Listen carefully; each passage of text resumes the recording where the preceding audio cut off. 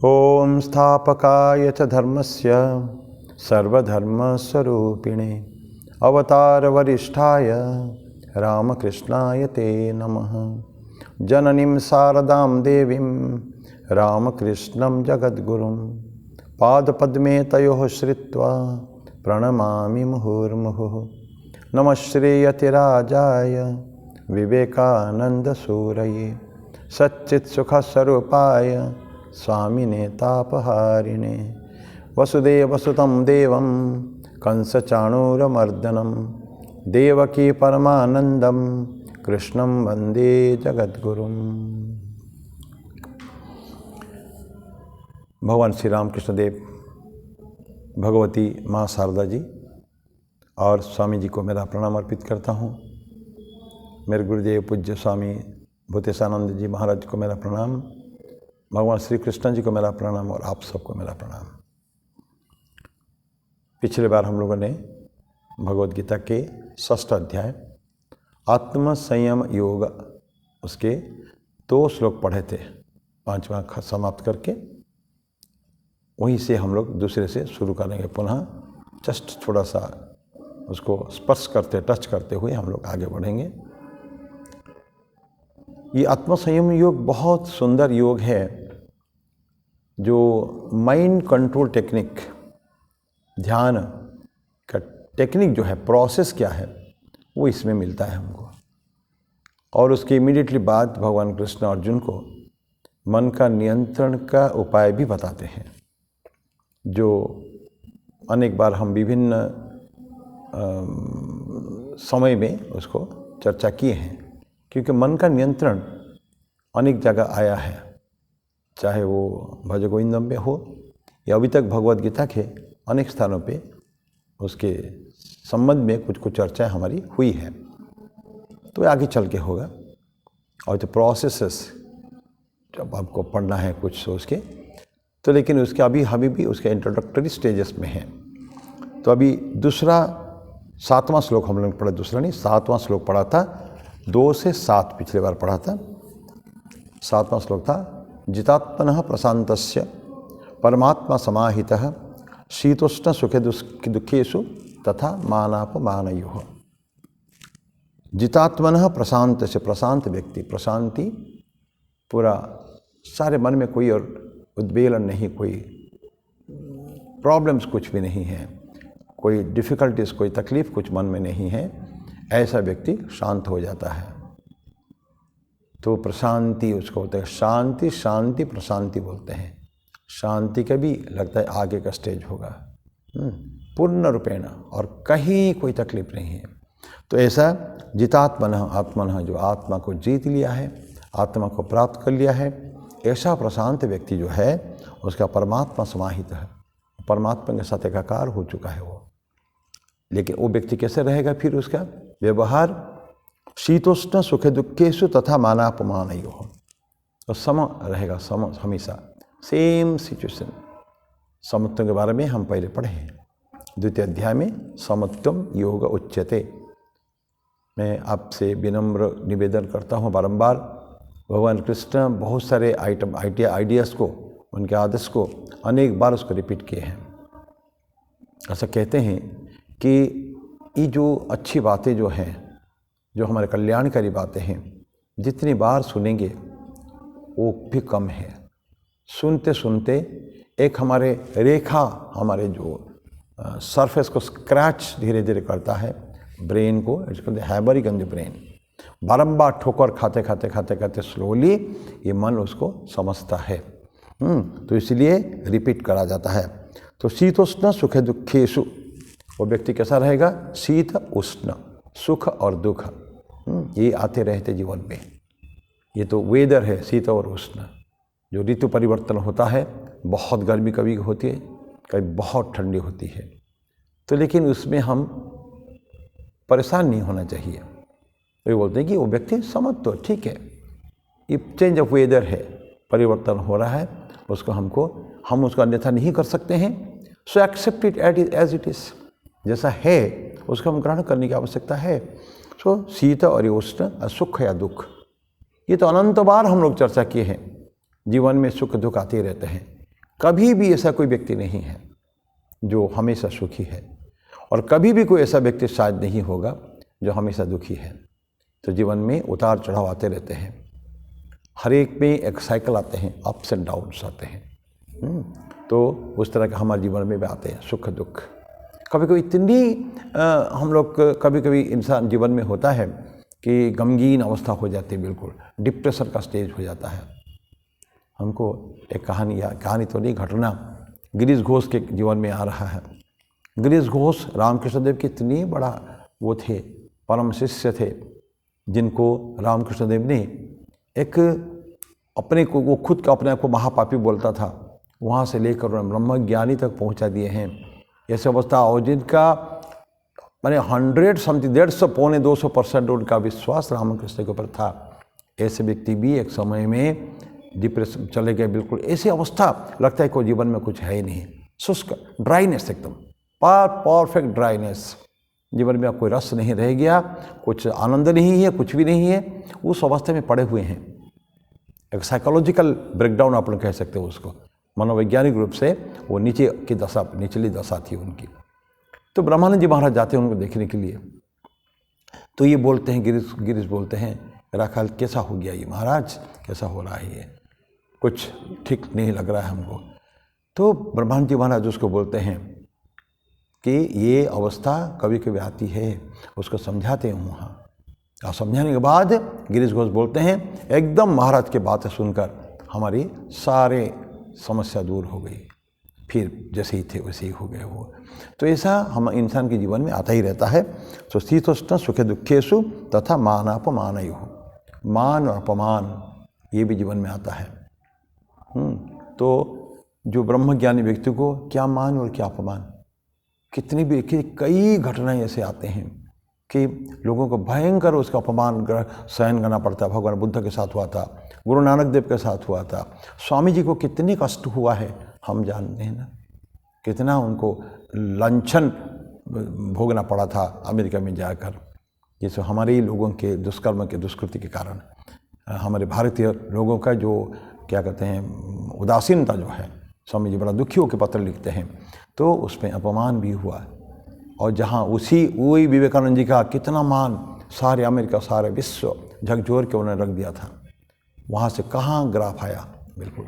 लेकिन कभी वो परेशान नहीं हुए हैं, वो है जीवन में कष्ट हुआ, पत्र में लिखते हैं उनकी ग्लानि कि भारत में से एक पत्र नहीं आ रहा है ये अमेरिका को कि ये विवेकानंद शूद्र नहीं है और ये सन्यासी ठीक है। जो भी प्रॉब्लम्स उनका था उसको सल्यूशन के लिए वो चाहते थे कि भारत से एक पत्र तो जाए, लेकिन नहीं गया। बहुत बाद में वो पत्र जाता है कि सम्मान में, उनके सम्मान में बहुत बड़ी सभा कोलकाता में हुई थी। एक राजा ने उसका ये किया था, उनके प्रेसिडेंसी अध्यक्ष बने थे, सभा के सभापति बने थे, तब वो मन में थोड़ा सा खुशी होती है उनको। तो ऐसा तथा मान अपमान हो, तो मान हो या अपमान हो, कभी भी उनको ऐसे व्यक्ति को कष्ट नहीं होता है। मैं बोलते बोलते मैंने भजन गाना भूल चुका हूँ। शुरू हमको हमेशा भजन में करते हैं, तो मेरे मन में ऐसा था कि आज गला ख़राब है कई दिनों से, तो भजन नहीं करेंगे, लेकिन बिना मज़ा नहीं आता, बिना भजन के एक तो भजन गाना पड़ेगा।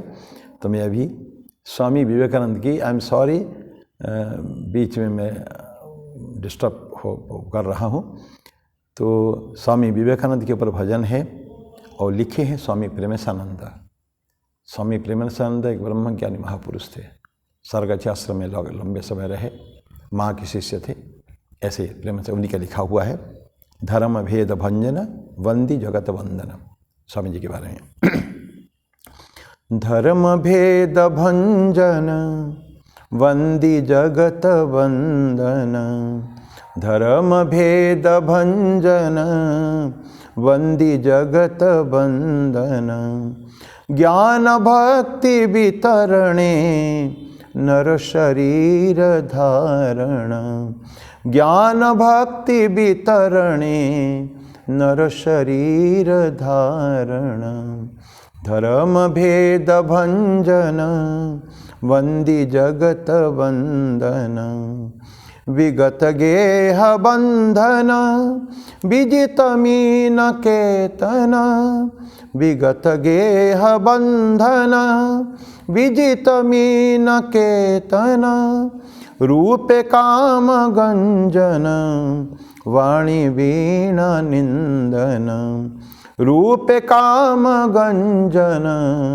वाणी वीणा निंदन, धर्म भेद भंजन वंदी जगत बंदन, प्रेम मत्त नर्तन अभिरभि गर्जन, प्रेम मत्त नर्तन अभिरभि गर्जन, भूधर सागर लंघन जीव तारण कारण, भूधर सागर लंघन जीव तारण कारण, कूट कपटि मार्दन सज्जन मनमोहन, कूट कपटि मार्दन सज्जन मनमोहन, विश्व मानव वंदितो माय राम कृष्ण नंदन, विश्व मानव वंदितो माय राम कृष्ण नंदन, धर्म भेद भंजन वंदी जगत वंदन, ज्ञान भक्ति वितरणे नर शरीर धारण, धर्म भेद भंजन वंदी जगत वंदन।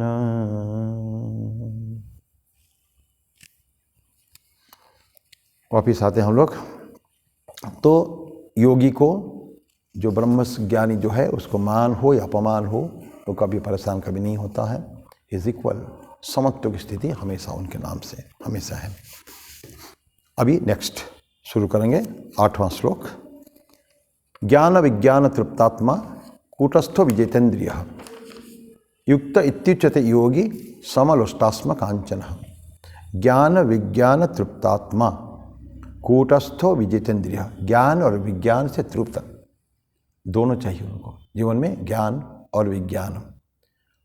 कूटस्थो, ज्ञान विज्ञान क्या होता है? ज्ञान है जो हम इंटेलेक्चुअल स्टडीज से, बौद्धिक विकास के दौरान, साधना के द्वारा, स्वाध्याय के द्वारा जो प्राप्त करते हैं उसको हम ज्ञान कहते हैं। सूचनाएं केवल उसी का जो इवोल्यूशन जो है, परिवर्धित रूप जो है, आगे चल के जो ज्ञान को जो बढ़ाएंगे वो विज्ञान में परिवर्तित होती है। उसकी चर्चा हम करेंगे आगे चल के, वो है विज्ञान। तो ज्ञान और विज्ञान दोनों, थ्योरी एंड प्रैक्टिकल, ये समझ सकते हैं। प्रैक्टिस एस्पेक्ट वो विज्ञान है, वो करके उसको देखना जीवन में, खाली जान लेने से नहीं होता है। तो ज्ञान विज्ञान तृप्तात्मा कूटस्थो, कूटस्थो, कूटस्थ मतलब, कूटस्थ किसको कहते हैं? जो परमानेंट है, फिक्स्ड है, सेल्फ आत्मन जो है, एकमात्र आत्मा जो है परमात्मा, वही कांस्टेंट है, बाकी सब परिवर्तनशील है। जो सच्चित आनंद स्वरूप कहते हैं हम लोग, सत्य एग्जिस्टेंस, चित्त अपने आनंद, बुद्धि, ज्ञान और आनंद स्वरूप।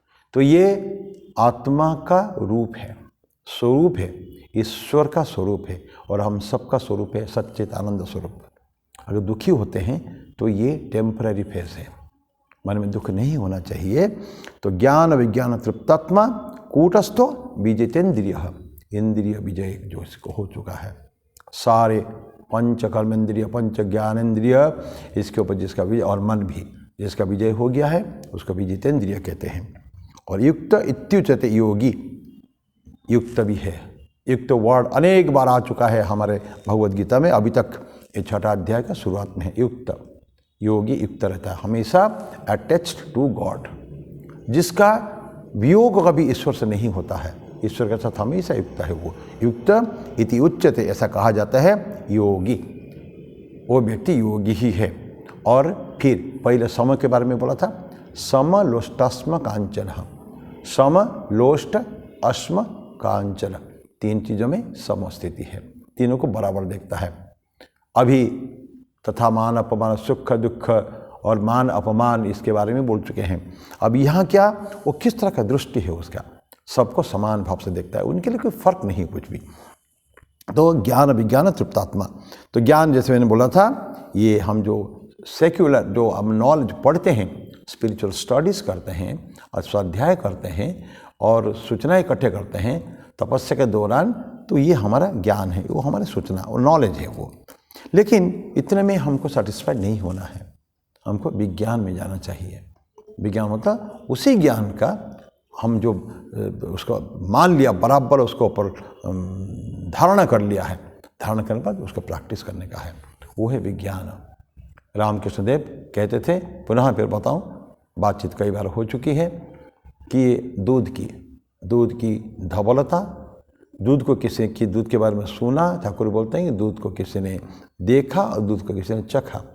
तो देखा मिल्क, सब दूध के ऊपर भाषण दे सकते हैं, अत्यंत पौष्टिक है, इट्स ए कंप्लीट फूड, पूर्ण आहार है, सारे vitamin minerals nutrient this and that and हर चीज़ उसमें है, और खाली व्यक्ति का दूध भी पिए तो उसका कोई तकलीफ नहीं है।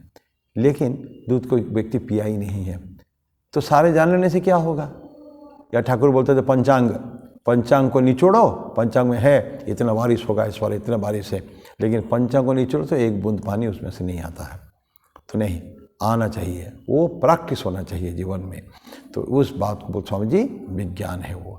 लकड़ी में अग्नि है, लेकिन लकड़ी को घिस कर या उसको प्रज्वलित कर अग्नि प्रज्वलित करके आहार भोजन बनाना एवं भोजन को खाकर ग्रहण कर परिपुष्ट होना, ये हो गया विज्ञान। तो आत्मा में ये तो साधारण बातें होगी, इसमें भी अद्वैत अपने धर्म में भी धार्मिक तत्वों को जान सकते हैं, लेकिन जानने के बाद उसको जीवन में अभ्यास करने का है।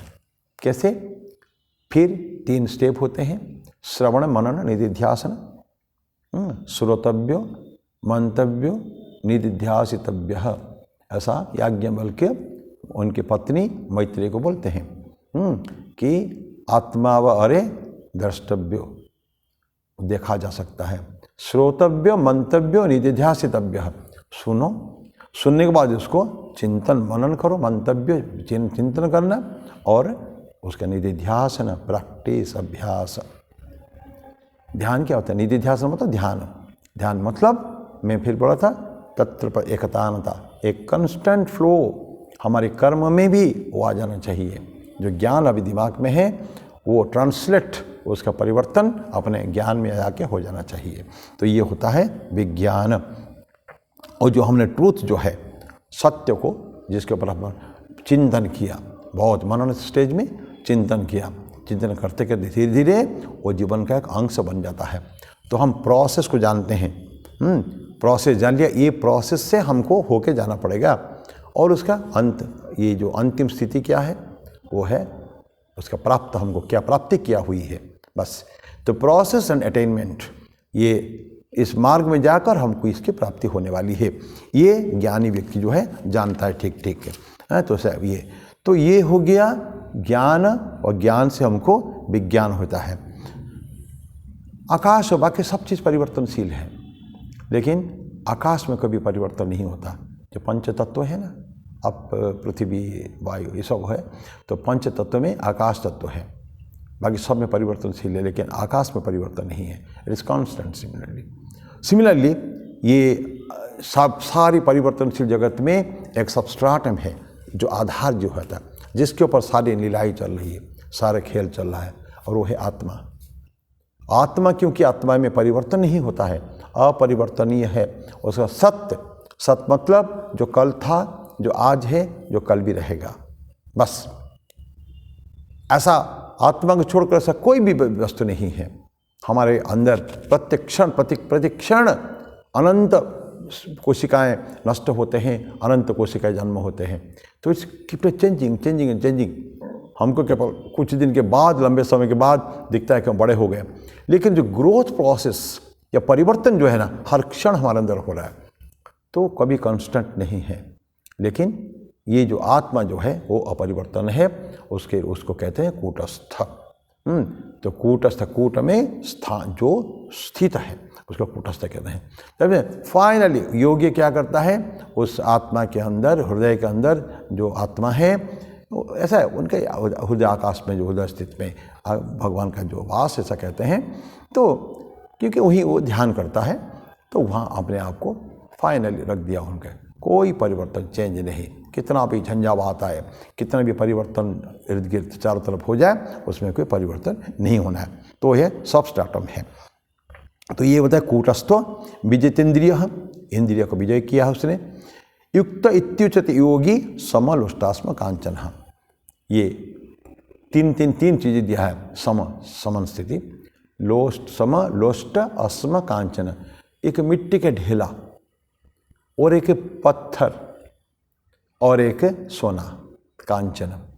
तो लोष्ट अस्म कांचन, मिट्टी का ढेला, पत्थर और ये। अच्छा, ये जो तीन चीज़ का है, इसका साधारण व्यक्ति के लिए अलग अलग है। मिट्टी का ढेला कुछ नहीं, पत्थर अगर कॉस्टली है, ग्रेनाइट है या कुछ ऐसे है, उसका कोई कीमत भी तो है। और कांचन और सोना तो बहुत हायर वो है, बहुत महंगे है, वो कॉस्टली है। लेकिन किसके लिए है? ये है साधारण व्यक्ति लिए, ऑर्डिनरी पीपल, जो साधारण व्यक्ति समाज में रहते हैं, संसार में रहते हैं, उनके लिए मिट्टी का कोई विशेष वैल्यू नहीं है। वैसे मिट्टी आजकल हम खरीदते भी हैं, मिट्टी, फिर भी एक साधारण व्यक्ति के लिए मिट्टी का कोई कीमत नहीं, उठाया फेंक दिया। लेकिन पत्थर अगर होता है, कॉस्टली पत्थर हम कभी कभी खरीदते हैं बाजार से, तो अच्छा स्टोन अगर है, बहुत कॉस्टली भी है, तो उसका भी कोई कीमत है। और कांचन तो प्रश्न नहीं उठता, बहुत ज़्यादा है। तो देयर इज़ अ ग्रेडेड, साधारण व्यक्ति ये तीनों को अलग अलग उसका वैल्यू के हिसाब से, वैल्यू कौन आंकता है? समाज में आंका जाता है, ये इसका कीमत, ये इसका कीमत। और हमारे मेंटली मन में एक हमने वैल्यू उसके लिए तय कर दिया। लेकिन जो योगी होता है ना, वो समस्थिति, उसको कोई फर्क नहीं पड़ता। वो क्या देखता है? जो नेचर, प्रकृति का ये अलग अलग केवल मॉडिफिकेशन से विकार है, प्रकृति का विकार है सारे, ये सब चीज़ें अलग अलग है, लेकिन उसके लिए तीनों ही बराबर है। वो तीनों में उसको कोई फर्क कभी भी दिखता नहीं है। तो वर्ल्ड माइंडेड इसलिए होता है कि ये तीनों में उसको कोई फर्क नहीं पड़ता, क्योंकि उसको कोई मतलब ही नहीं है। सोने की उसकी आवश्यकता नहीं है। हम भाव इसीलिए आंकते हैं ना कि हमको उसकी आवश्यकता है, गहने बनाने के लिए, घर के लिए खरीदेंगे, विवाह उपलक्ष्य में, ये उपलक्ष्य में, और उसका एक इन्वेस्टमेंट के हिसाब से लेते हैं। सोना खरीद के रख लेंगे तो बहुत, तो ऐसा कुछ लोग कभी कभी एडवाइस भी दे देते हैं, अरे थोड़ा सोना खरीद के रख दो, ज़मीन जायदाद खरीदो, नहीं तो सोना खरीदो, आगे तुम्हें काम आएगा। पक्का संसार की गतिविधि है ये, बस इन्वेस्टमेंट, इसको जमाओ, आपको पैसा मिलेगा। बहुत थोड़ा बहुत करने की आवश्यकता है इंसान को, जो सामाजिक व्यक्ति जो है करेगा वो नेचुरली, लेकिन नॉट टू मच। लेकिन योगी क्या करता है? उसको कोई मतलब नहीं है, उसको लिए सब कुछ बराबर है। तो ये इक्वलाइज, समान दृष्टि में सबको देखेगा वो। तो ये आपका हो गया समलोष्टास्म कांचन। यस, नेक्स्ट ये इनट मैटर हो गया। ये लोष्ट, अस्म, कांचन, ये तो केवल तीन ही दिया। उसके लिए, योगी के लिए सब कुछ बराबर है। बहुत बड़े गाड़ी या बहुत बड़े मोबाइल, बहुत बड़े घड़ी, बहुत बड़ी चीज़ें कुछ नहीं। उसको व्हाट ही वांट्स, थोड़ा सा दो कपड़े, एक अपरिग्रह आगे आएगा, उसके ऊपर चर्चा करेंगे हम लोग। अभी प्रश्न ये कि अगर उसने इनर्ट मैटर को, शुष्क जो है जड़ वस्तु, उसको अगर मैं समदृष्टि किया, अब मनुष्य में कैसे बुद्धि रखेगा? वो मनुष्य तो जड़ नहीं है, वो तो चैतन्य है, चेतन अवस्था में है वो। तो उसमें और तरह तरह के मनुष्य देखे जाते हैं समाज में। अपने घर में हमारे माता पिता से लेकर, अपने भाई बंधु से लेकर, जितनी हमारे रिलेशन है, विभिन्न प्रकार संबंधी, सगे संबंधी है, हजारों व्यक्तियों से हम इंटरेक्शन करते हैं हर रोज़। उनको हम कैसे देखते हैं? अलग अलग नज़र में देखते हैं कि समान नज़र में? अच्छा आप बताइए। ये साधारण है कि ये मेरे पिताजी हैं, ये मेरी पत्नी है, ये मेरा बेटा है, और ये पड़ोसी का बेटा है, और ये मेरी अंकल है, मेरी आंटी है, ऐसे बोलते हैं ना। तो मैं कभी नहीं कहूँगा कि मेरे पिताजी और अंकल बराबर है, या मेरा बेटा और वो बेटा, उसका बेटा, पड़ोसी का बेटा बराबर है। इम्पॉसिबल। वो तो माँ शारदा जैसी कुछ व्यक्ति ऐसे हो सकती हैं या हो सकते हैं जो हुआ सो लविंग उनको सब जगह एक ही जैसा दिखता है। बहुत ही हाईली अति उच्च अवस्था में नहीं पहुंचने पर ये बातें मन में नहीं आती है कि सभी बराबर है। लेकिन यहाँ अगले श्लोक में प्रश्न आता है, ये प्रश्न नहीं काल्पनिक प्रश्न है कि अगर जड़ वस्तुओं को व्यक्ति समझ देखता है तो बाकी चीज़ों को कैसे, मनुष्य के कैसे देखेगा। अब बोलते हैं कि सुहृत मित्र अरि उदासीन मध्यस्थ द्वेष्य बंधुषु साधुस्वपि च पापेषु समबुद्धिर विशिष्यते। कितने सारे लोगों का लिस्ट दे दिया उसने। बोलता है कि सुहृत बंधु है, अपने एकदम खास जगह, मित्र वो भी एक बंधु का है ना, बंधु का। उदासीन, उदासीन जो हमसे कोई रिलेशन नहीं रखता कभी भी, ऐसा व्यक्ति उदासीन। उस व्यक्ति में भी मध्यस्थ जो मिडिल है एकदम, उस पर ना तो इधर है ना तो उधर है, एकदम न्यूट्रल पर्सन जिसको कहते हैं हम, उसको मध्यस्थ बोलते हैं। द्वेष्य जो हमारे दुश्मन है, द्वेष रखते हैं जिसके प्रति, या जो हमारे प्रति द्वेष रखता है, द्वेष्य। और बंधुषु अपने भाई होते हैं, वो भी बंधु, भाई को बंधु कहते हैं, दोस्त को बंधु कहते हैं। तो सुहृत भी आ गया, मित्र भी आ गया, या बंधु आ गया, एक जैसा शब्द कई आ गए।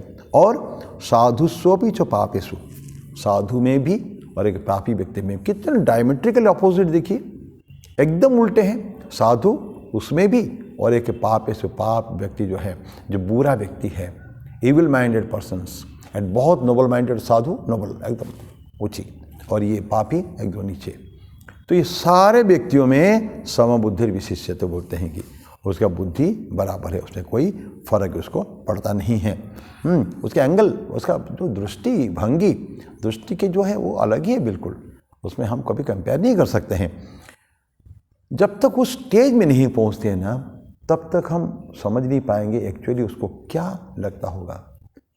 कहानियाँ हम केवल पढ़ते हैं, साधुओं के संतों की कहानी पढ़ते हैं, उनको कुछ किसी कोई दोस्त दिखते ही नहीं कभी भी। एक साउथ में उस दिन मैं पढ़ रहा था कि मैगजीन में, सदाशिव और ब्रह्मेंद्र करके साधु हो गए हैं, आंध्र प्रदेश के मेरे ख्याल में है, साउथ के कहीं हैं, सदाशिव और ब्रह्मेंद्र। बहुत सुंदर सुंदर कविताएं में लिखी उन्होंने।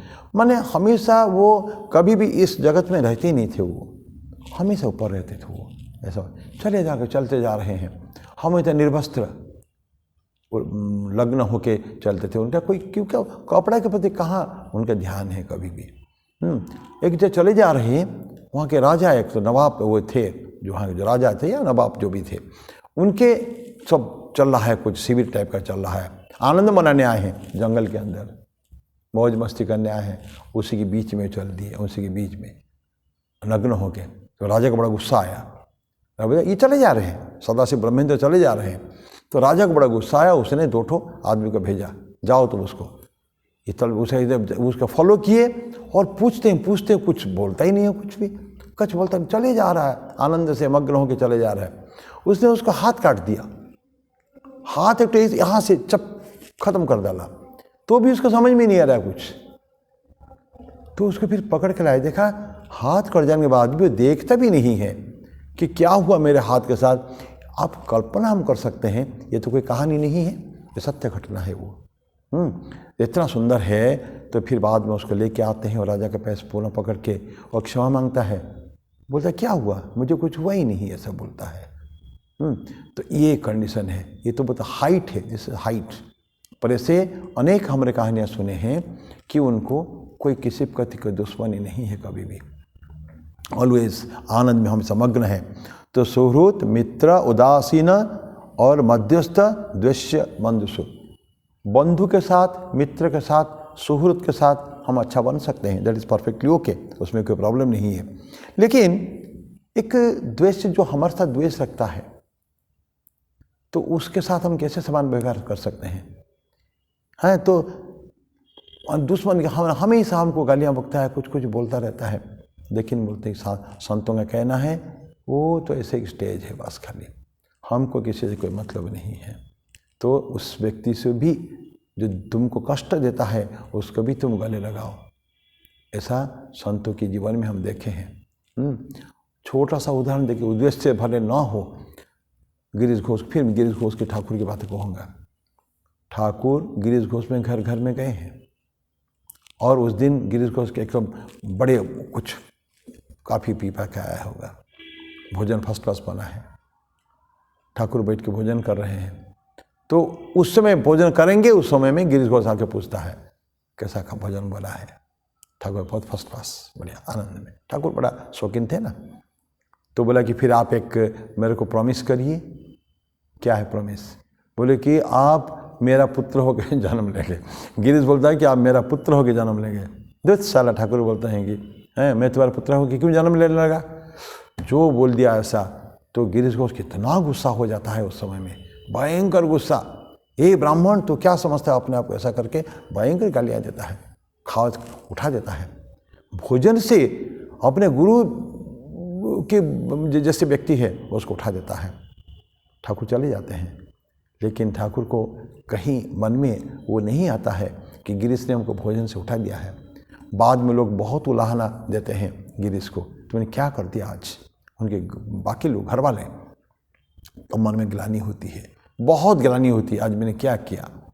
लेकिन कभी जीवन में सोचा नहीं था कि ठाकुर मेरे को कभी फिर ग्रहण करेंगे। लेकिन अगले दिन 1-2 दिन के अंदर ठाकुर फिर उस एरिया में आते हैं, बाग बाजार एरिया में, चलो उसके घर चलेंगे। तो उसको उनका शिष्यगण बताते हैं कि ठाकुर आप कैसे जाएंगे उसके घर में, न चलना है हमको। और जो जाते हैं, क्या सिनेरियो है वो, गिरीश गदगद हो जाता है, बिल्कुल पाँव पड़ता है, साष्टांग प्रणिपात करके, ठाकुर आज अगर आप नहीं आते, मैं जानता कि मैं नहीं जानता नहीं कि आप क्या है। हमें आपको सोचता है कि आप मेरे को प्यार नहीं करते हैं, कुछ दूसरे बातें बोलते हैं। तो आज आप आ गए, और वो एक गिरीश के जीवन में बहुत परिवर्तन पिला देता है।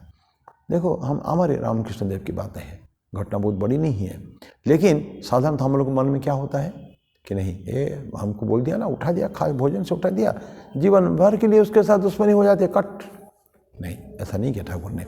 तो ये कभी द्वेष्य, हम द्वेष क्या, और बंधुसु साधुस्वपि च पापेषु, चाहे कोई भी व्यक्ति हो, साधु व्यक्ति हो या पापी व्यक्ति हो, उसमें भी समबुद्धि विशिष्यते, जिसका समान बुद्धि है वो विशिष्यते, बोलता है कि एक्सेल्स, उसका जीवन में बहुत है।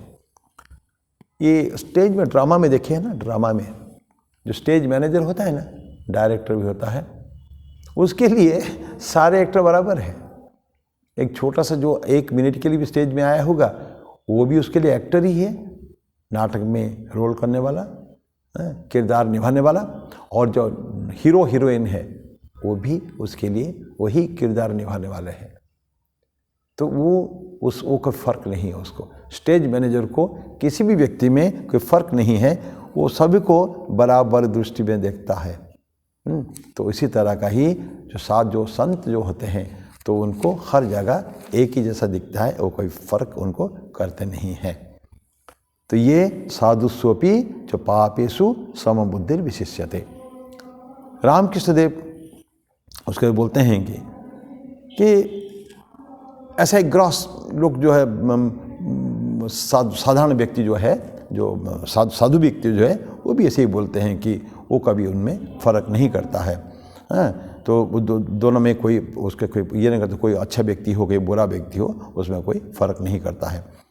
ठाकुर एक उदाहरण देते हैं कि हम प्लेन में यहाँ खड़े हैं, बहुत बड़ा लॉन है, बगीचा है, बहुत सुंदर बगीचा है, बड़े बड़े पेड़ भी है और छोटे छोटे लॉन ग्रास भी है।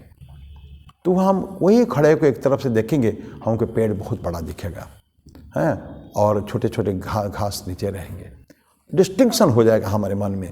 लेकिन ठाकुर बोलते हैं जब आसमान में चले जाते हैं, उड़ जाते हैं, ऊपर जाते हैं, तो वहाँ से सब एक जैसा दिखता है, सब एक, वो हम पता नहीं चल पाएगा पेड़ क्या हुए क्या है। फ्लाइट में जो जाते हैं तो एयरप्लेन प्लेन में, तो उसमें सब थोड़ा देर उड़ने के बाद जब एकदम ऊपर चले जाएंगे, देखेंगे शहर का बड़े बड़े बिल्डिंग भी है ना, छोटे छोटे मैचेस की डिब्बी जैसा दिखता है। तो ये ठाकुर ऐसे ही बोलते हैं कि ऊपर से जब देखोगे तो तुमको पहाड़ी के ऊपर से चले जाओ और नीचे देखो तो तुमको सब बराबर दिखेंगे। तब प्लेन नहीं था, ठाकुर तो फ्लाइट की बात नहीं कर सकते थे। मतलब कि पहाड़ी के, लंबी पहाड़ी के ऊपर चले जाओ, ऊंची पहाड़ के ऊपर, पर्वत के ऊपर, वहाँ से नीचे को देखो तो सब बराबर दिखेंगे। ठीक, तो ये व्यक्ति जो ज्ञानी व्यक्ति वो पहाड़ के ऊपर जैसा है, पूरा सारे को क्रॉस करते हुए सबसे ऊपर चला गया है, ब्रह्मावस्था में उनको सब चीज़ बराबर दिखते हैं। तो यह 9वां श्लोक था। 10वां, योगी युंजीत सततम आत्मानं रहस्य स्थितः एकाकी यत चित्तात्मा निराशी अपरिग्रह। ये जो गुण है अभी तक जो पढ़ रहे हैं, योगी के गुण हैं ये, जो ऊंचाई तक, आध्यात्मिकता की ऊंचाई तक पहुंच चुका है, उसके कुछ गुण हैं ये। तो गुण क्या है? बोलते हैं कि योगी युंजीत सततम, हमेशा के लिए आत्मा के बारे में चिंतन करता है। योगी सततम, हमेशा के लिए प्रयास करता है। युंजीत मतलब लगा हुआ है, बैलेंस्ड है, उसमें कंटिन्यूसली उसी के ऊपर आधार करके वो रहता है, अपने आप को रखता है। आत्मानम रहस्य स्थित है, और कहाँ रहता है वो? रहस्य। रहस्य मतलब सेक्लूजन में, अकेले स्थान में। एलोननेस इंग्लिश में कहते हैं, एलोननेस, अकेले बैठ के किसी कमरे में अपने आप को बंद कर लिया। जो तपस्या करते हैं यही तो करते हैं, दूर चले जाते हैं, समाज से दूर चले जाते हैं।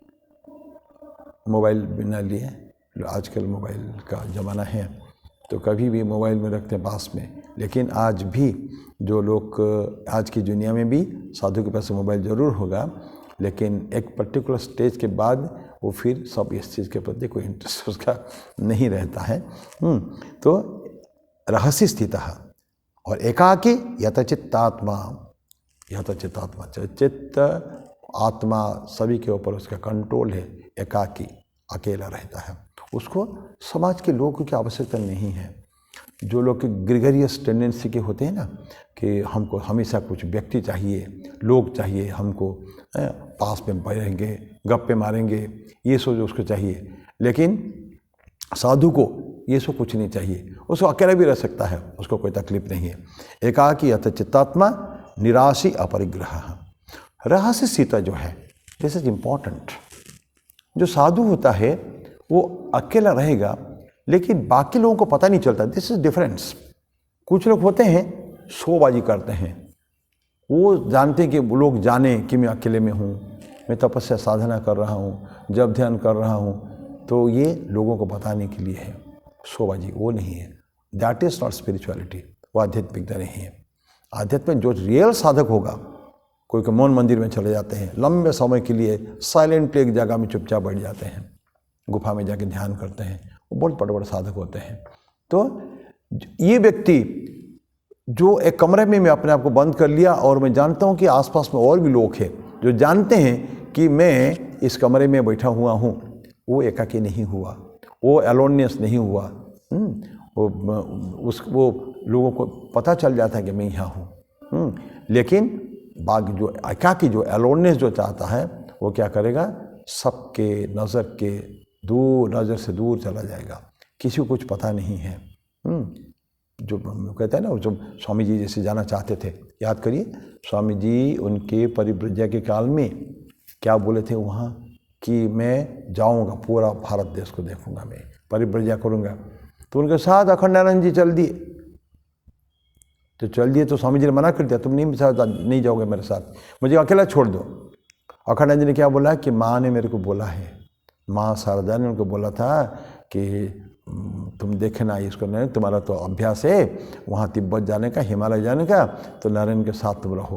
और नरेंद्र तो उनके लिए एक ज्वेल थे ना, माँ के लिए और सभी लोगों के लिए लीडर थे उनका नरेंद्र। तो गंगाधर महाराज अखंडानंद जी उनके पास रहे। स्वामी जी ने फाइनली उसको मना कर, जाओ तुम अकेले, एलोन, नोबडी नोज। उस व्यक्ति को, स्वामी विवेकानंद को कोई जानता नहीं है। उसे अपने आप को मिला दिया जगत के अंदर, ये समाज के अंदर अपने को विलीन कर दिया अपने आप को। कौन जानता है उनको? ये तो उनका प्रभाव देखकर लोगों को लगता था ये समथिंग ग्रेट, और उनका शिष्य बनते थे, उनका पीछे पीछे चलते थे। पर वो कभी चाहते नहीं थे, हमेशा अकेला रहना चाहते थे, इसलिए घर से निकले थे एकाकी। तो वो जो लोगों को कुछ पता ही नहीं चलता, तो इसी जगह में रह के एकाकी यत चित्तात्मा निराशी अपरिग्रह। निराशी, उसको चाहिए कुछ नहीं। क्या थे? कुछ नहीं चाहिए उसको, आशा नहीं, कुछ आशा, डिज़ायर, कामनाएं, वासनाएं, उसको तो कुछ है ही नहीं। पहले पढ़ चुके हम लोग, कई बार पढ़ चुके हैं। उस व्यक्ति को कुछ नहीं चाहिए, और अपरिग्रह, निराशा के साथ उसने अपरिग्रह भी लगा दिया। साधारणतः एक साधु को भी कुछ चीज़ें तो चाहिए होता है ना, अपने दैनंदिन जीवन में भोजन चाहिए, कुछ पॉजेशंस, बहुत ज़्यादा नहीं, सामान्य कुछ 2 कपड़े हो गए या कुछ वस्तु होंगे जिसकी आवश्यकता उसको हमेशा पड़ती है, तो वो उतना ही से वो सेटिस्फाइड है, वो उससे ज़्यादा कुछ नहीं चाहिए। लेकिन उसके ऊपर भी उसका अधिकार नहीं है, उसको चिंतन नहीं करता कभी भी। मेरा जो पॉजेशन है, एक पॉजेशन होना ठीक है, और पॉजेसिवनेस जो है इंग्लिश में कहते हैं कि मेरा मेरा ये मेरा सामान है, ये नहीं, वो अपने आवश्यकता के लिए रखता है केवल वो, दैट मीन्स दैट्स ऑल, उसके आगे कुछ नहीं चाहिए। नहीं हुआ कोई प्रॉब्लम नहीं है। तो जितना भी छोटा मोटा 2-3 आइटम उनको चाहिए, उसके बारे में बहुत ज़्यादा वो चिंतित नहीं होता कभी भी। ये निराशा। अपरिग्रह में क्या है? संचय की प्रवृत्ति नहीं रहना, पूर्ण रूपेण अपरिग्रह, कुछ नहीं रहेगा। जो कल के बारे में भी नहीं सोचता है, ऐसा व्यक्ति को अपरिग्रही कहते हैं। अपरिग्रह का 2 मीनिंग होता है, एक तो संचय नहीं करना बिल्कुल, दूसरा किसी से भी दान नहीं लेने का है, गिफ्ट कहीं नहीं लेने का है। क्योंकि अपरिग्रह में क्या होता है, परिग्रह में क्या होता है, जब मैंने कुछ लेने का की इच्छा की, वो व्यक्ति देने वाला हमारे सामने है तो वो देगा। लेकिन हमेशा साधारणतः देने वालों में एक मन में रहता है कि ये पर्पस के लिए दे रहा हूँ। एक साथ में स्टिकर लगा के देता है, वो राइडर लगा के देता है कि उसका कुछ आवश्यकता होती, हमसे कुछ काम कराना चाहता होगा, उसका कुछ स्वार्थ है हमारे लिए वो गिफ्ट देने का है। फालतू की गिफ्ट कोई नहीं देता है। इसलिए बोलते हैं कि बहुत सुंदर बातें बताते हैं संत लोग, जो देता है वो अपने जो विचारधारा, मन में जो कलुष उसका है, कलमश है, उसमें भी थोड़ा पोर्शन वो गिफ्ट के साथ हमारे पास आता है। जैसे जैसे हम लोगों से लेना चाहते हैं तो हमने उनको कलुष का, उनका अपवित्रता का भी भागीदार हो जाते हैं। जैसे नंबर 1। नंबर 2, किसी से हम कुछ लेते हैं, न इच्छा होते हुए भी उसके प्रति थोड़ा एहसान हमारा चला जाता है, एहसानमंद हो जाते हैं। बहुत फाइन चीज़ें हैं, एहसानमंद हो जाते हैं। दैट मीन्स हमारे मन में थोड़ी दुर्बलताएं उसके प्रति आ जाती है। उसी को संतों का कहना है कि अगर मन में उसी के प्रति एहसान या दुर्बलता आ गई तो समझ लो तुम्हारे मन का एक छोटा सा टुकड़ा तुमने उसके जेब में रख दिया है। ऐसा अगर बहुत सारे लोगों के से तुम एहसानमंद हो जाओगे तो तुम्हारी एहसान हमेशा उनके प्रति रहेगी, और उससे तुम कोई ना कोई जब आवश्यकता पड़ने पर दुर्बलता आ जाएगी जीवन में। इसलिए परिग्रह कभी भी नहीं करना है। लेना है किसी से नहीं, माता पिता से लेना अलग बात है कभी। दूसरी अपरिग्रह का क्या होता है कि संचय की प्रवृत्ति नहीं है, कुछ नहीं रखने का है। और यहाँ तक बोलते हैं कि कल भी मुझे क्या मिलेगा, खाना भोजन मिलेगा कि नहीं, उसके बारे में भी नहीं, मैं रखूँगा नहीं कुछ भी। ट्रेडिशनल साधुओं में ये एक है, नियम था पहले, आजकल ठीक ठीक पालन वही लोग करते हैं। जहाँ अन्न छत्र में जाते हैं आपको उतना ही मिलेगा जितनी आपकी आवश्यकता है। कमंडलू लेके जाते हैं, उसी में ही सब कुछ, और चावल भी उसमें, रोटी भी उसमें, दाल भी उसमें, सब्जी भी उसमें, जो मिलेगा उसमें लेकर आपको भोजन करिए। पहले ऐसा था जहाँ घर घर में भिक्षा मांगते हैं, अन्न छत्र नहीं थे, अन्न क्षेत्र, वहाँ 3 घर तक जा सकते हैं हम, बस था। 3 दिन हम लोगों ने भिक्षा मांगे हैं संन्यास के बाद, जस्ट हरिद्वार ऋषिकेश में। तो उससे पता चल जाता है कि आप घर में जाओगे किसी के, कैसा लगता है, किस तरह का लगता है वहाँ। तो ये मांगने की आवश्यकता थी नहीं हम लोगों ने, लेकिन हमारे कुछ मित्र थे, सन्यासी मित्र, जहाँ एक साथ सन्यास हुआ था ना, बोले चलो चलते हैं। ऋषिकेश से हम लोग हरिद्वार आ गए थे, कनखल में, वहाँ गए थे मांगने के लिए। तो भिक्षा आप जाते हैं, एक घर में हाथ बढ़ाते हैं, अगर एक घर में आपको पूरा पूरा मिल गया तो दूसरा घर जाना नहीं है आपको, तीसरा घर जाना नहीं है, और तीनों घर में अगर कुछ नहीं मिला तो चौथे घर में भी जाना नहीं है। ये बड़ा, और कृष्ण सीरियल में सुदामा कैसे दिखाता है, सुदामा भिक्षा करने जाता है, कहीं मिल जाता है, कहीं नहीं मिलता है। तो ये ब्राह्मण की या जो भिक्षाटन करते हैं उनकी प्रवृत्ति है। एनीवे, ये संचय नहीं करना है आगे के लिए कभी भी। इसके ऊपर बहुत सुंदर सुंदर कहानियाँ हैं। मैं आपको कहानी छोटी सी बताऊं। एक मुसलमान संत की बात है, एक फ़कीर थे। वो फ़कीर जो है ना इतना अच्छा था वो, उससे एक वहाँ के जो राजा थे, राजा की कन्या वो भी ऐसे अपरिग्रही थी। उसके मन में था मैं ऐसे व्यक्ति से विवाह करूँगी, जैसे राजा था या बहुत बड़े पीर की लड़की थी, मतलब बहुत लंबे समय से पढ़ा हुआ, लेकिन कहानी इस तरह का है। वो लड़की संपन्न थी, बहुत संपन्न थी, पिताजी उसका खूब धन संपन्न था, लेकिन लड़की इतनी अपरिग्रही थी, तो पिताजी उनकी इच्छा के अनुरूप पिताजी ने उसका विवाह एक फ़कीर से दिया। वो फ़कीर एक छोटा सा भंग टूटा फूटा कुटीर में रहता था। विवाह हो गया, लड़की आई अपने ससुराल में, मतलब उसके हस्बैंड के पास आके देखती, पहले आते ही अंदर घुसती है तो देखती एक रोटी, सूखी रोटी रखी हुई है, और एक टूटा हुआ बर्तन में, मिट्टी के एक तो बर्तन में, जो बर्तन टूट जाते हैं, जो बच जाता है, खपरेल कहते हैं, उसमें थोड़ा पानी रखा हुआ है। तो लड़की आई, देखी और घर वापस जाने के लिए तैयार हुई। ये कहानी केवल है ये। हस्बैंड बोलता है कि मैं जानता था तुम बहुत संपन्न परिवार के हो, मेरे साथ तुम नहीं रह सकती हो, लेकिन लड़की बोलती कि उसके लिए नहीं है। मैं ऐसा व्यक्ति चाहता था जो पूर्ण अपरिग्रह हो, जो अगले रोटी के बारे में भी, अगले वक्त के बारे में सोचा नहीं होगा कि मुझे क्या भोजन मिलेगा कि नहीं मिलेगा, लेकिन मैं तो देखती हूँ कि तुम्हारे पास रोटी भी रखी हुई है और ये पानी भी रखी हुई है, तुमने संभाल कर रखा है आगे के लिए, इसीलिए मैं जा रही हूँ। कहानी ही समाप्त हो जाती है। लेकिन उसका कहानी का अर्थ ये है, आशय ये है कि हमको अपरिग्रही होना है, जो आध्यात्मिक साधकों के लिए है।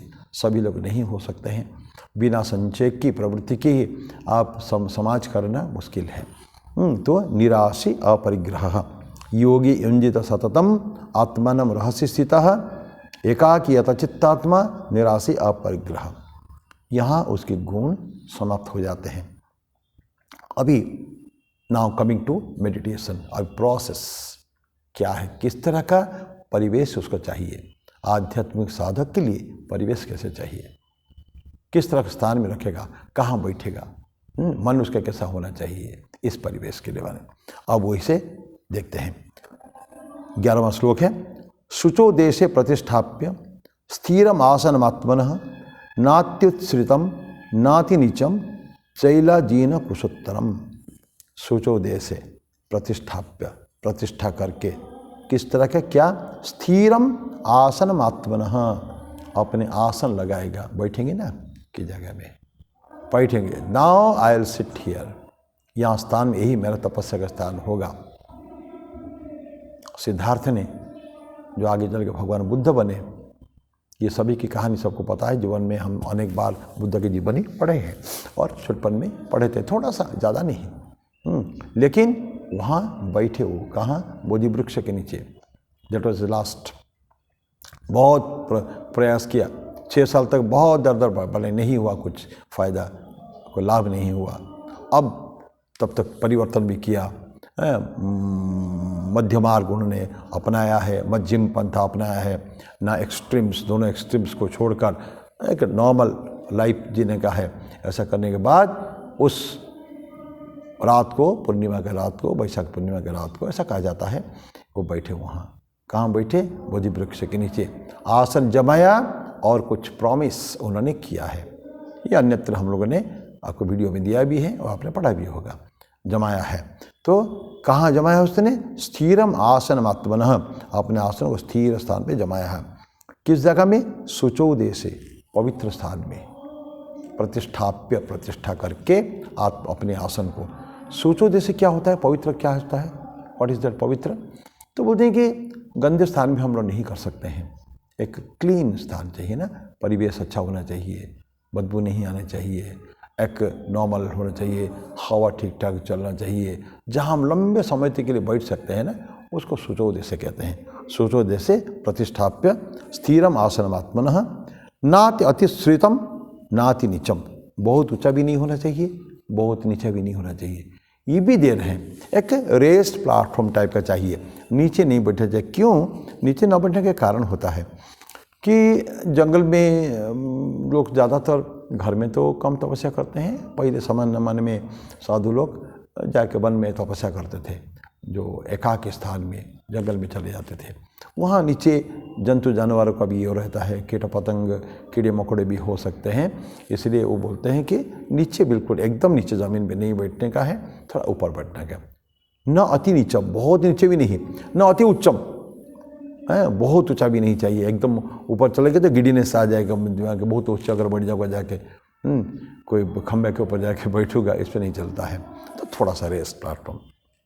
इसीलिए देखेंगे कोई कोई जगह में मैं देखा हूँ, हम लोग महाराष्ट्र में एक जगह जाते थे, वहाँ साधक बहुत आते थे। तो ये गजानन महाराज संस्थान का एक स्थान है। तो वहाँ बड़ी सुंदर जंगल जैसा एरिया है, ब्यूटीफुल ग्रीनरी है वहाँ, और वहाँ पेड़ जो है बड़े बड़े पेड़ हैं, पेड़ के चारों तरफ बहुत सुंदर उन्होंने चबूतरा बना दिया है। और प्रत्येक, और पेड़ अगर नहीं भी है ना, एक एक खाली इतना बड़ा बड़ा चबूतरा बना दिया है, ये बैठने का स्थान है। आप किसी के ऊपर पेड़ के पास बैठिए या चबूतरा के ऊपर बैठिए, इस तरह के स्थान वो लोग रखते हैं। साधारणतः तो जहाँ साधु लोग आते हैं, जहाँ तपस्या रहते हैं, उस जगह में ऐसा रहता है। तो न अति उत्सृतम नाति नीचम चैलाजीन कुशोत्तरम। तो मृग छाल रहता है, कुश रहता है, तो अजीन और कुश उत्तरम, एक के बाद एक उसको रख के जिसके ऊपर बैठेंगे डियर स्किन के ऊपर सबसे, हिरन का, कोई बाघ छाल रखते थे। ये एक फॉर्मेलिटी उस समय में था, आजकल ये सब तो नहीं मिलता है, ये तो बहुत पुराने बोले हैं ना। तो कुश ग्रास रखते हैं जरूर उसमें, और ऊपर एक आसन डालते हैं हम लोग, जो भी साधक होते हैं। और बाघ छाल वगैरह आजकल तो ऐसे भी हो गया, प्रोहिबिटेड हो गया। आप शेर का छाल, ये सब हिरण का छाल नहीं रख सकते हैं, और बड़ा आपको पनिशमेंट हो जाता है उसमें। तो आसन केवल अपने स्थिर आसन हमको बिछाना है, दैट्स ऑल। इतने ही हमको करना है। उसका स्थान कैसे होना चाहिए, और बस यही हम समाप्त करेंगे 11वां श्लोक में। शुचो देशे प्रतिष्ठाप्य स्थिरम आसनमात्मनः न अत्युत्सृतम नाति नीचम चैलाजीन कुशोत्तरम। इसी से ही फिर आगे हम शुरू पढ़ेंगे हम लोग। तो आज मैं यहीं समाप्त करता हूँ, अगले बार फिर 12वां श्लोक से हम पढ़ेंगे। तब तक के लिए मैं फिर विदाई लेता हूँ, फिर अगले रविवार को आगे बढ़ेंगे हम लोग, शांति मंत्र करके समाप्त करेंगे। ओम त्र्यंबकम यजामहे पुष्टिवर्धनम उर्वारुकमिव बंधनात् मृत्योर्मुक्षीयमामृतात्।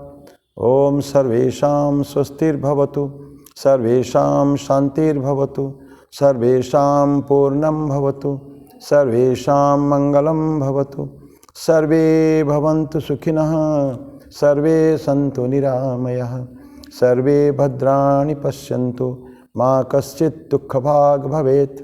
असतो मा सद्गमय, तमसो मा ज्योतिर्गमय, मृत्योर्मा अमृतं गमय। ओम पूर्णमदः पूर्णमिदं पूर्णात् पूर्णमुदच्यते पूर्णस्य पूर्णमादाय पूर्णमेवावशिष्यते। ओम शांति शांति शांति। हरि ओम तत्सत्। श्री राम कृष्णार्पणमस्तु।